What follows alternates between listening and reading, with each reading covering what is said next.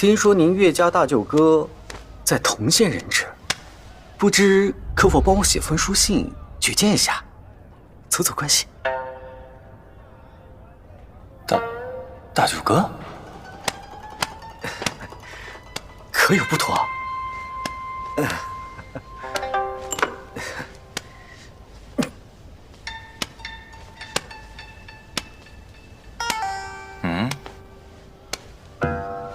这位小姐姓傅，请先生帮小生看一看。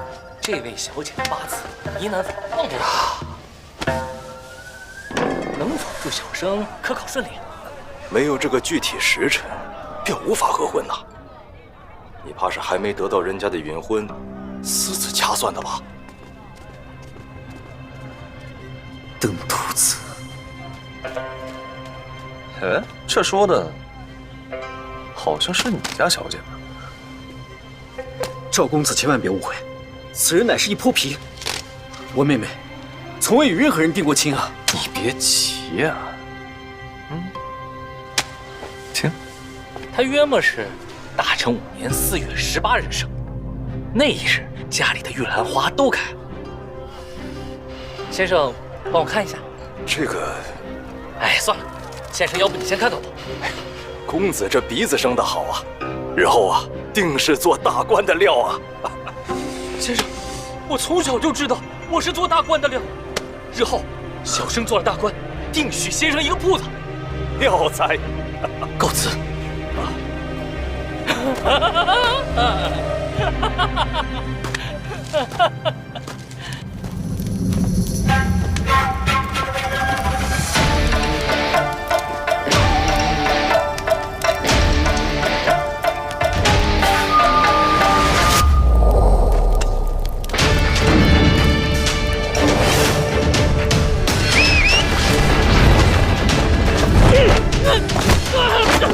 你们是谁？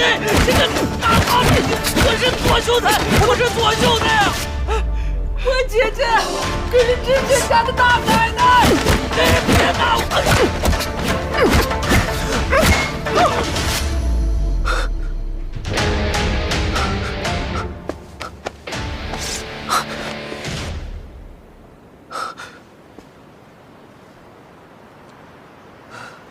还活着。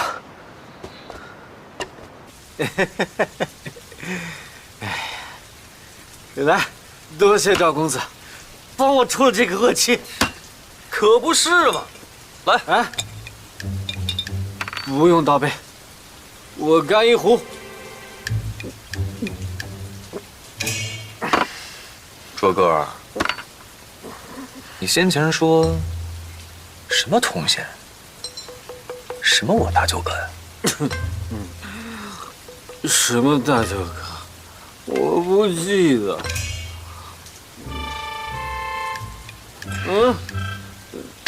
等一下，你以后我就是你大舅哥。你说傅家这一屋子的空心莲藕，也能养出这么个实心眼儿的？哎，要我说，干脆就把这婚成了，骗下来的嫁妆，当年资，还捞一嫂子。我警告你啊，咱们说好了只为钱来，不许跟我骗婚那下。你就说咱俩现在朝不往夕的，没必要去霍霍好好一个女孩子吧？你说你老大不小了，还不成婚？九爷，我是怕，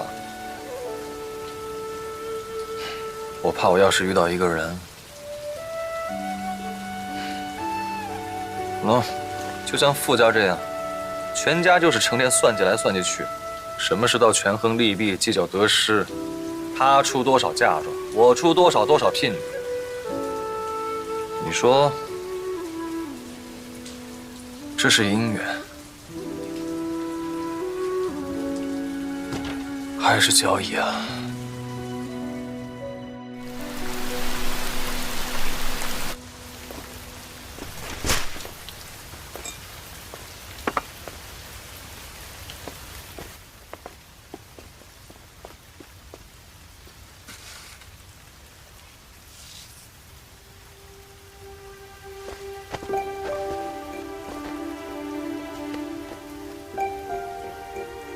这是地上雪吗？去查一下。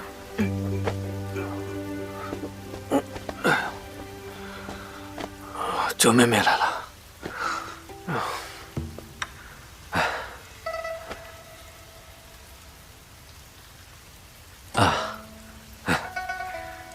好人啊！昨天晚上，我跟赵公子狠狠地揍了左俊杰那个登徒子，那赵公子侠义心肠，还替你鸣不平呢。祖母、伯父和伯母被蒙蔽，是因为他们有利可图。那你又是为何被赵灵所诓骗啊？就因为你俩合力打了一架，就成朋友了？我这当然图你有个好归宿了。这赵公子品貌好，出身高，这日后若是遇了事儿啊，定能护你周全，乃是乘龙快婿啊！可恨你不是个女子，不然你嫁给他，岂不是两全其美？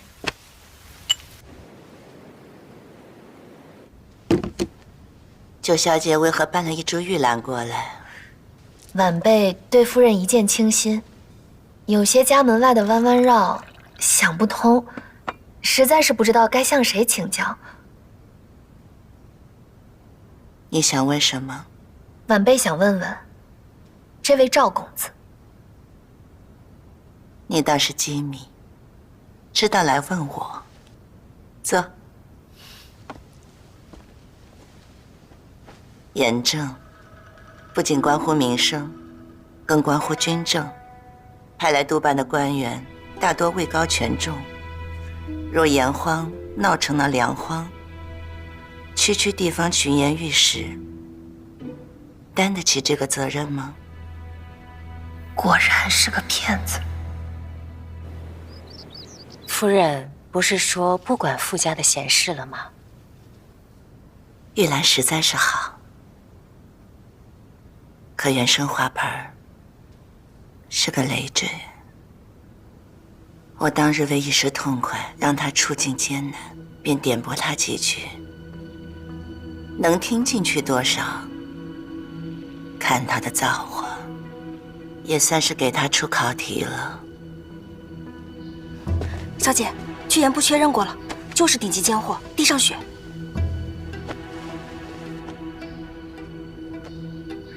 全化营的地上雪都被大伯父给收缴了，他怎么还会有？除了钦差，谁还会有地上雪？他就是九尾蛟。启面棍不好使，我要使刀。你又想使刀？跟你说过多少次了啊！行走江湖，会几招保命功夫防身就行了。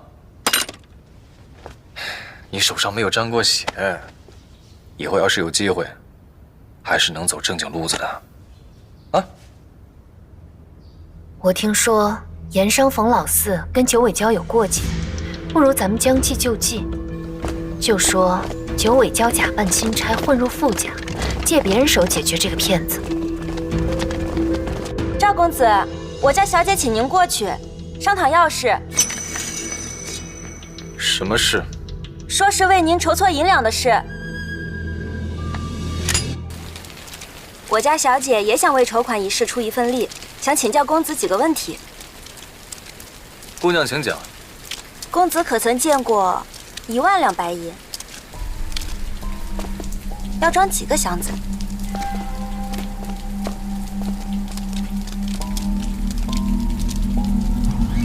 ？2个人抬，可搬得动？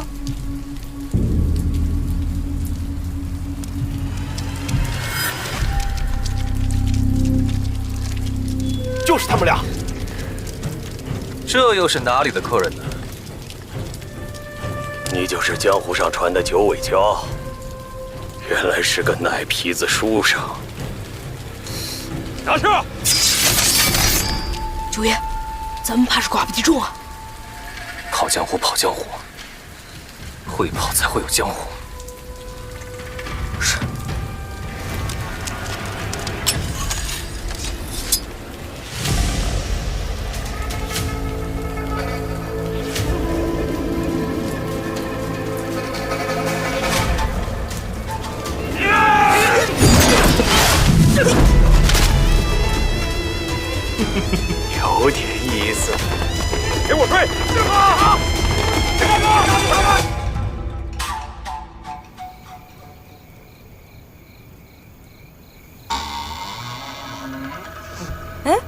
窗户了，怎么又开了？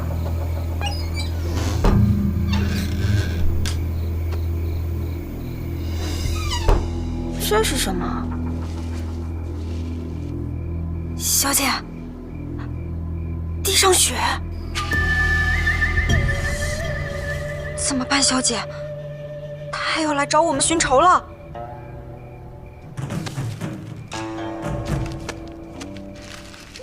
九小姐疑心高价，奈何富家德不配位，当心登高跌重，愿望落空。登徒子，小姐，他这是什么意思？会不会报复咱们？管他什么意思，我们只管尽早抓住人就是了。那这言，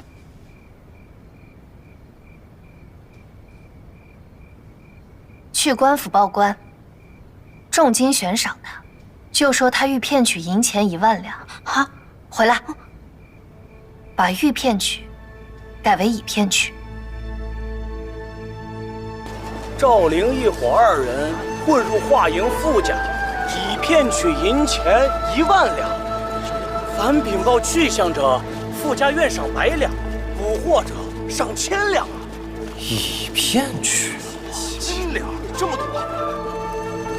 让开，让开！这个赵灵是谁呀？敢骗富家？没见过。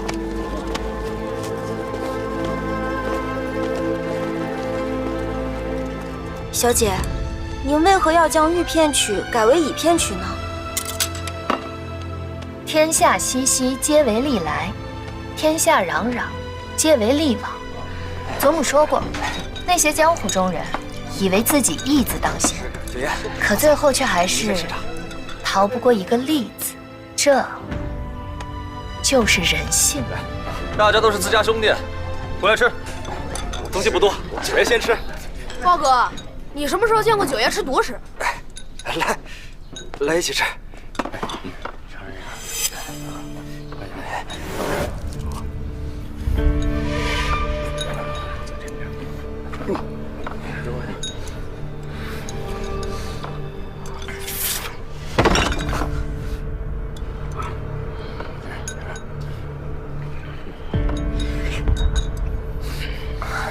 二位跟我的时间不长，不知道我还有个规矩，谁给我备的吃食，谁先动筷，这样我才能吃得安心。吃啊！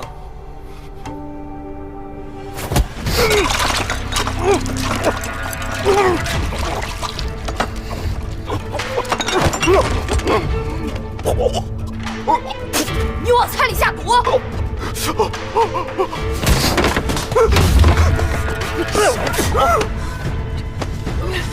九爷，家法伺候。九爷，让我回去吧，九爷。九爷，九爷。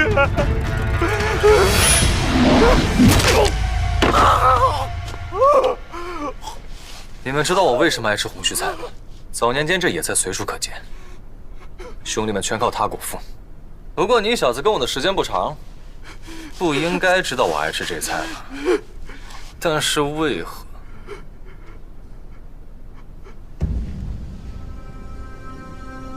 偏偏往这汤里下毒？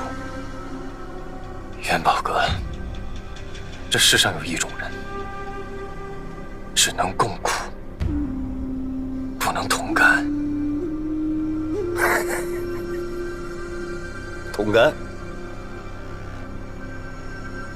这么多年跟在你身边，竟是担惊受怕，哪有同甘？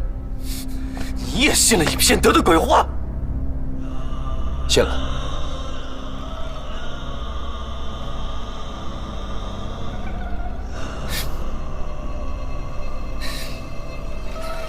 那5000两，我会补给你。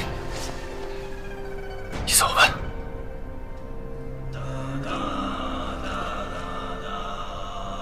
这么多年跟着你，就是图财。一言为定。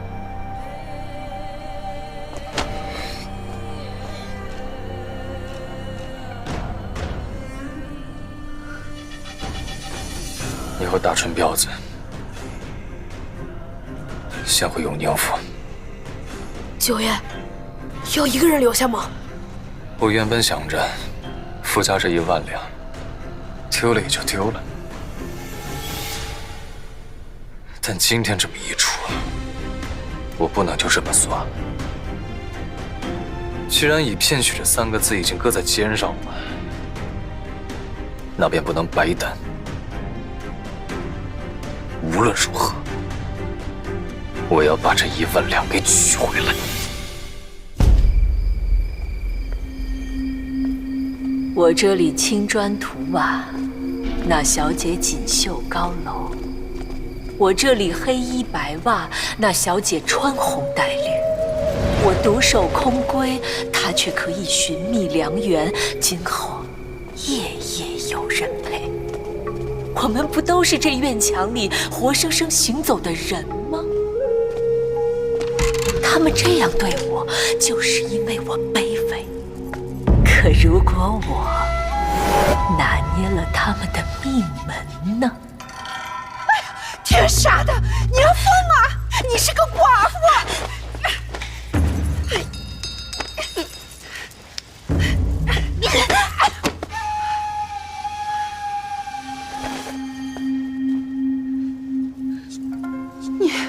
你到底想干什么？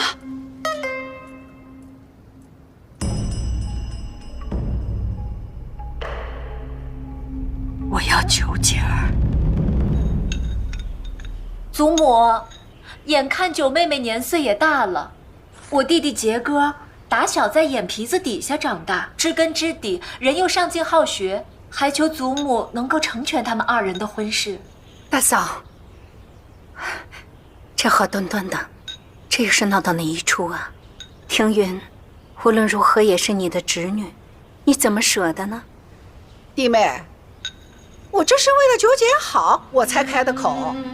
已经议了2回了，想攀个2品，余家又看不上你，又找个御史，最后发现是个假的。你难不成真让孩子就这样蹉跎了去？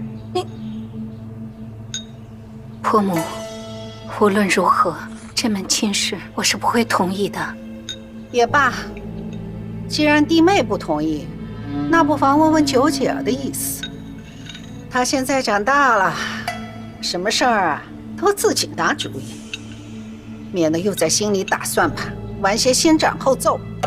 单说戳穿赵灵行骗一事，她对婚事不满，那大可以和长辈说，偏偏叫外人闹到家里头，好大的一场笑话。这个家谁做主啊？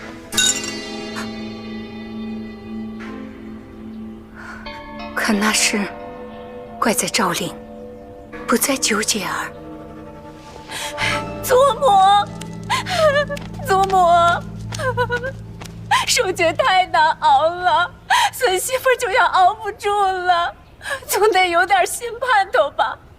只要九妹妹能够嫁进左家，无论再熬几年，我保证能给傅家挣下这座牌坊。你什么意思呀？人是活的，牌坊是死的。难道我好端端一个女儿，还不如一座牌坊吗？弟妹，那咱们家现在不就是靠着牌坊吗？左氏现在这个样子，他要闹出什么事儿来，坏的可不是1座牌坊，是4座。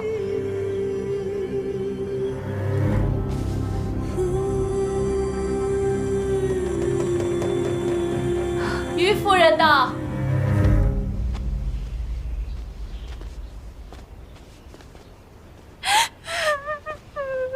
于夫人，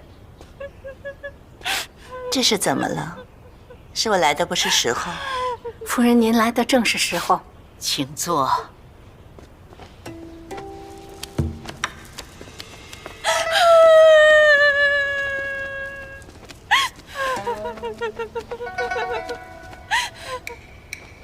哎呀，这孩子，昨晚上梦见他那情深缘浅的亡夫了，哭了一场，正在跟我表孝心呢。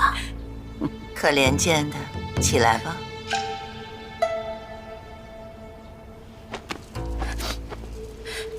祖母说的是，王父托梦，他自幼疼爱九妹妹，不想她远嫁，让我务必花心思将人留在身边，还求祖母成全。左家非九妹妹不可。这事儿啊，回头再说吧。你先下去，哭成这样，怎么见客呀？不必麻烦，原来是我来的不是时候。说完话便走。先前我叫人把床挪到西边去，岂料这孩子他睡不惯，我就想着，还是把床挪到东边去吧。太夫人，武太太，我的心思，你们懂吗？于夫人，于家高门显赫，什么样的儿媳妇找不着啊？九妹妹性情乖张，不敬长辈，只有我弟弟不嫌弃她。你怕不是疯了你？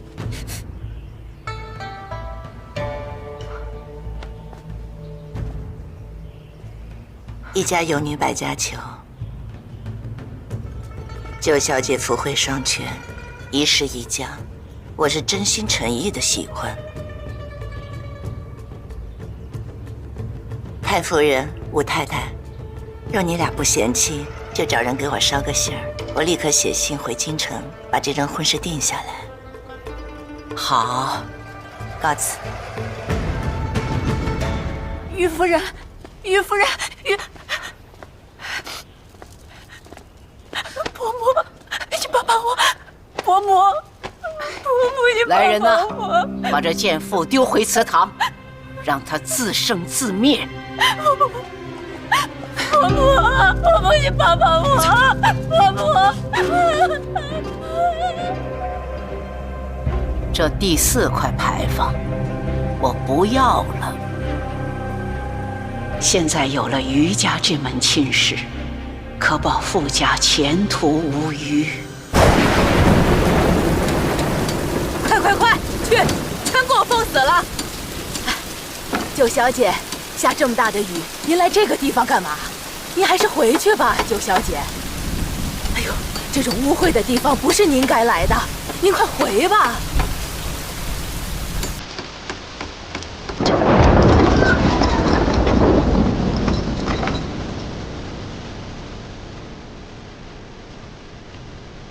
我第1年嫁到你们家的时候，图的是那80两聘礼，并每月3两月钱。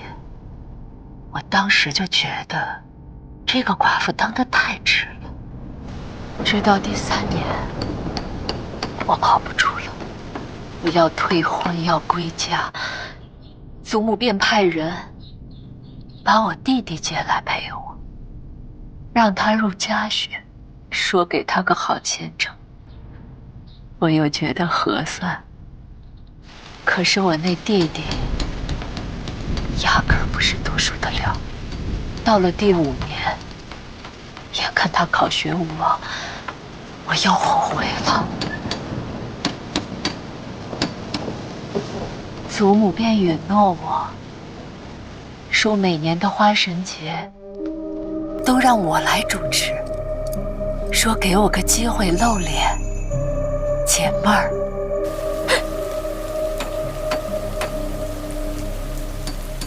我真傻，就这样信了他的话，还真把自己当成傅大奶奶了。可是在这个家里，根本没有一个人能瞧得上我。不然，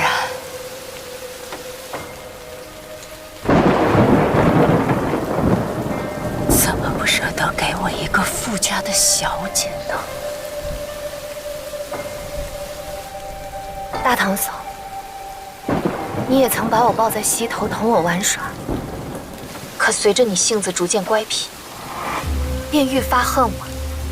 你的苦难并非是我造成的，为何要盯住我不放呢？漫漫长夜，10年青春，换来的只是傅家家风清正4个字。好在你一亲时往你那嫁妆担子上添上一笔。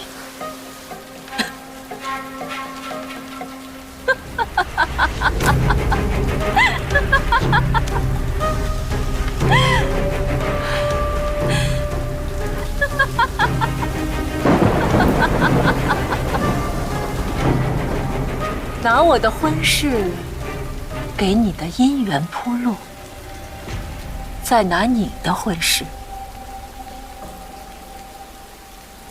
给富家老爷们的官途铺路。你以为祖母真心替你筹谋吗？不过是哄骗着你，乖乖听话罢了。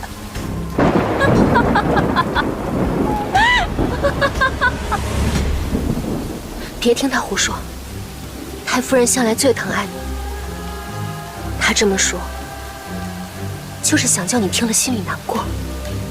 可惜就差一点，这天杀的于夫人，就差那么一点，到底还是让那个老东西捞着了。明明我们都是一样的，凭什么你在枝头做玉兰，我却在你脚下做花泥？快点，按住！按住他！你疯了是吧？放开我呢！放开我！放开我！你没事吧？真是一条好狗啊！这么护主，他可随了你的心意，帮你和傅廷着凑作对。你跟我弟弟又有什么区别呀？你以为事事乖顺、任人摆布就能分得一口肉？别做梦了！在傅家眼里，你胡说什么？只当你是第二个左俊杰，就连你父亲堂堂大儒，到了傅家10来年，也不过是在他嫁妆单子上再添一笔。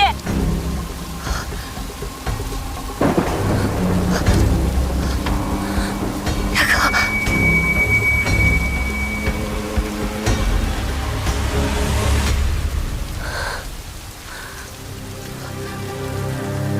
拖下去！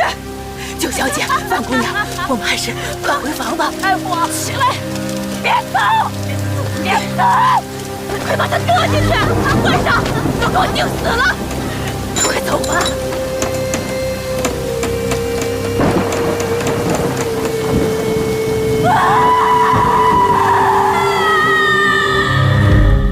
林子大了，果真什么鸟都有。大奶奶也不看看她弟弟什么出身，不过家里帮衬罢了，真当自己是主子，还敢高攀我们九小姐。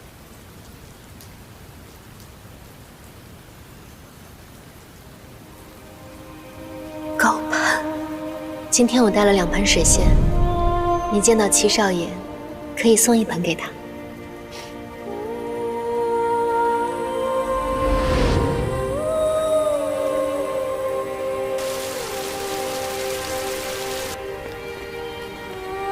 人呢？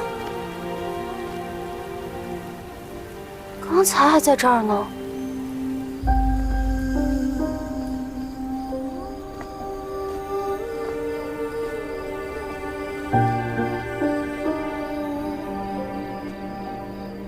你说，墨香方才骂的是左俊杰，还是我？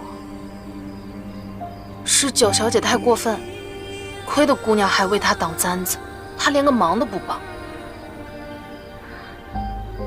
她也觉得我不配吧？旁人都骂我是第2个左俊杰，连她也这么觉得。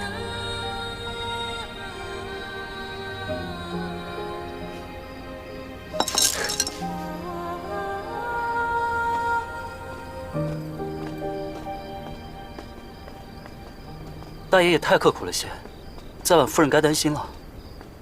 无碍，与范先生论到兴头，洋洋洒洒，不吐不快。这怎么有盆花呀？恐怕是没人要的。我倒觉得雅致。草木多以泥土培植，它却长在水中，颇有些清雅逸趣。换个器具，带回去养着吧。是。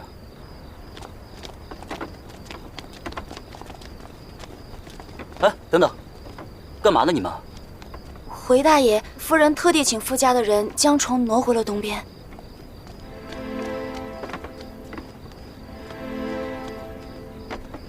从东挪到西，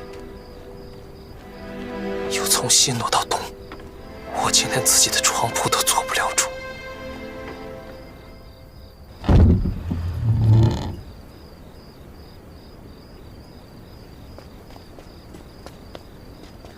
雅克，你还好吗？你的那盆水仙，我未曾帮你赠与七哥。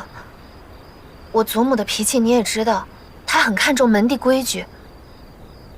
我怕贸然出手会弄巧成拙。你会错意了，庭云。我从未有过这意思。承蒙傅家关照多年，那盆水仙只是寻常人情赠礼罢了。我从未赠与七少爷一人，更无借花传情之说。范先生，学生有一题，不知当作何解，还请老师赐教。何题？都说百善孝为先，做儿子的理当事事听从母亲指教。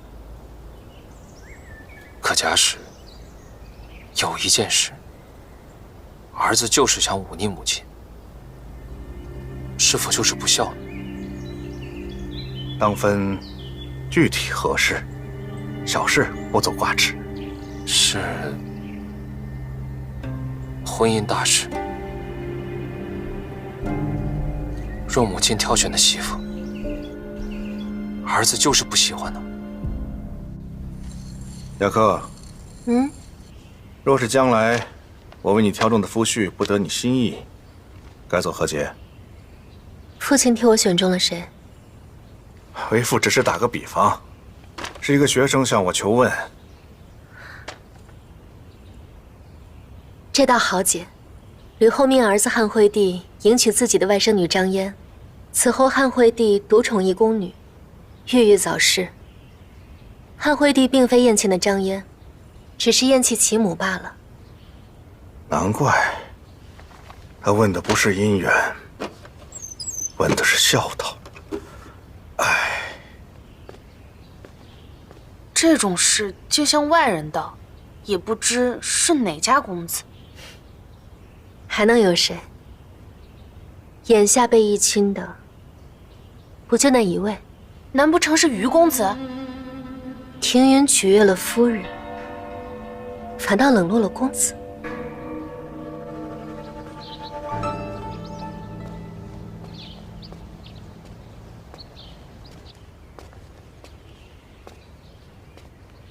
先生，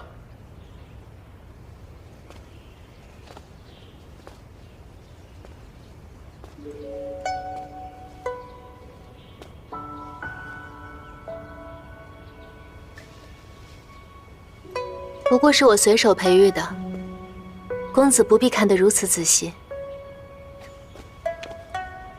冒犯姑娘了。无妨。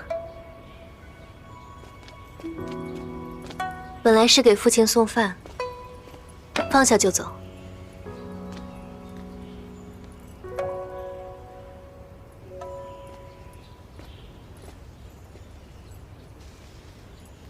公子也是爱花之人。倒不算是，只是正巧，前些日子捡了一本，也是以此法配置。该不会是我们姑娘的花吧？整个花营用水栽花的，除了我们姑娘，再无二人。公子若是喜欢，便收下，好好养护。姑娘，水仙可是您的闺名。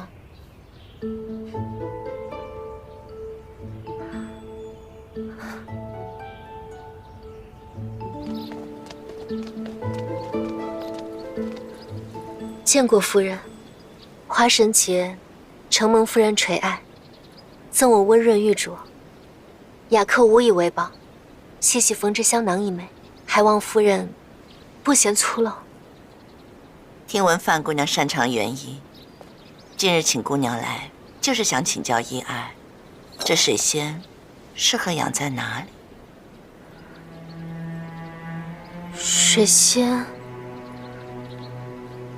水仙不喜过长日照，盆水要静，否则容易烂根。这盆水的确要静，正如人心要纯。愿姑娘如这水仙，独自芬芳不自美。范姑娘，你认为呢？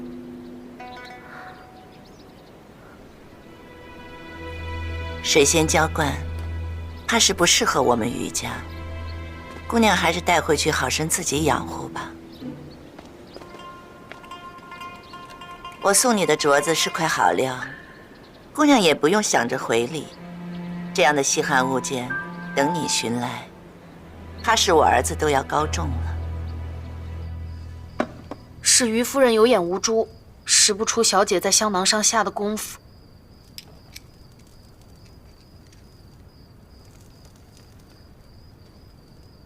你说，天云的簪子调惯了灯芯，却从未变色，而我的簪子却是这样。真金不怕火炼，九小姐用的是金簪吧？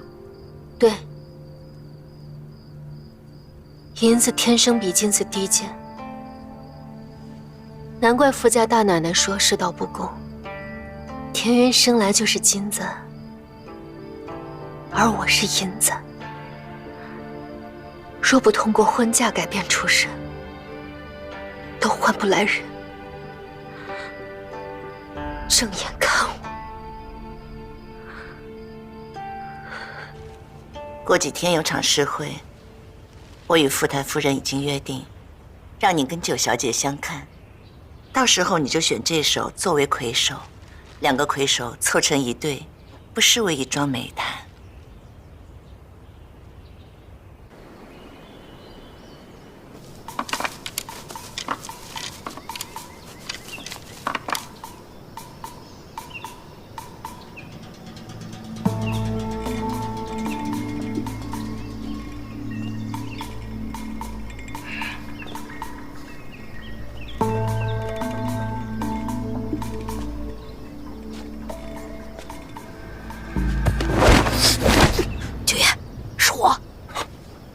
你怎么在这儿？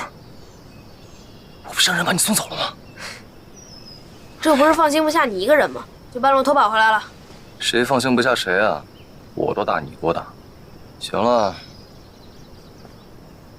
就干完这一票，一会儿这里有场诗会。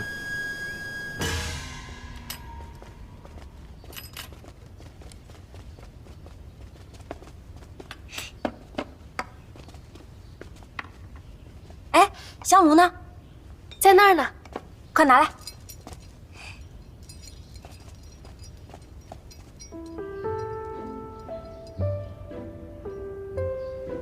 哎，小姐别松开，等于公子走近，你就往他身上一扬。见过于夫人、傅太夫人。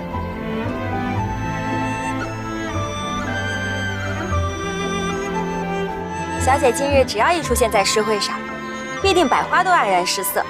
别说是于公子了，就是再好的人家也配的。不许胡说！哎呦，哪来的小丫头片子？没长眼睛吗？哎呀，算了。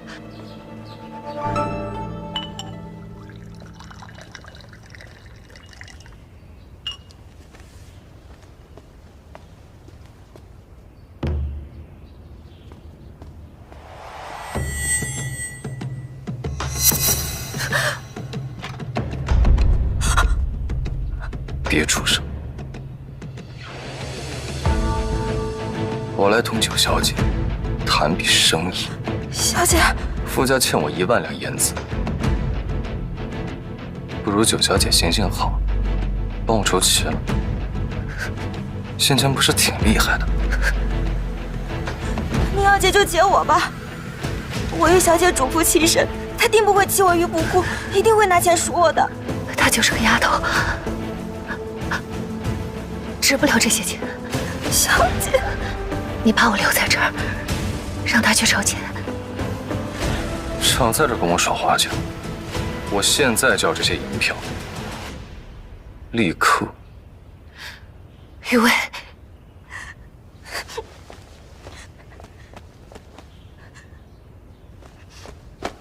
奴婢这就去筹钱，只一样，求壮士千万别声张。眼前小姐正在疫情，若被人发现和外男共处一室，小姐一辈子就毁了。那就要看你们钱多久能筹来。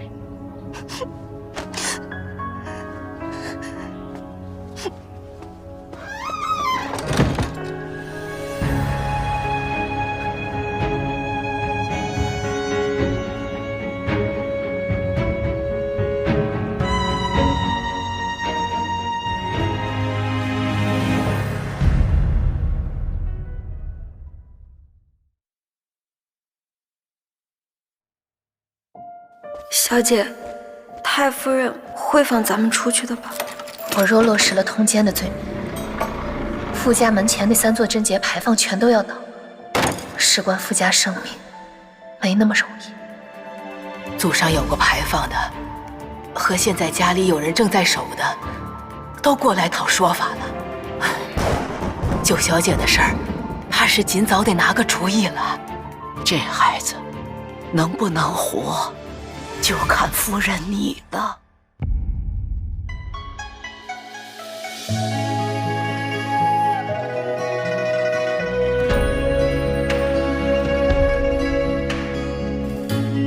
过往像一片落叶擦身，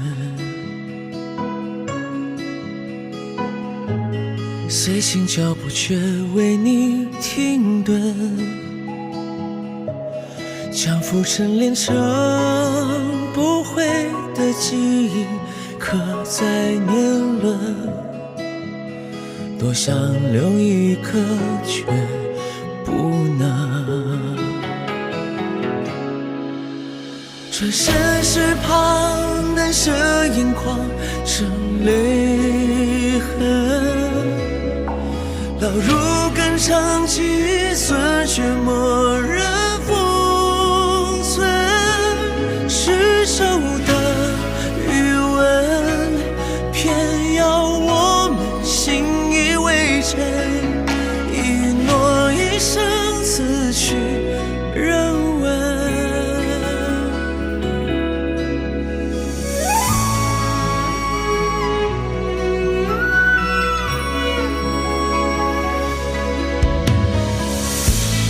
人海有一瞬与你相认，无声却照亮我这半生，将沉默写成不言的情深，藏于方寸，从此再无人知。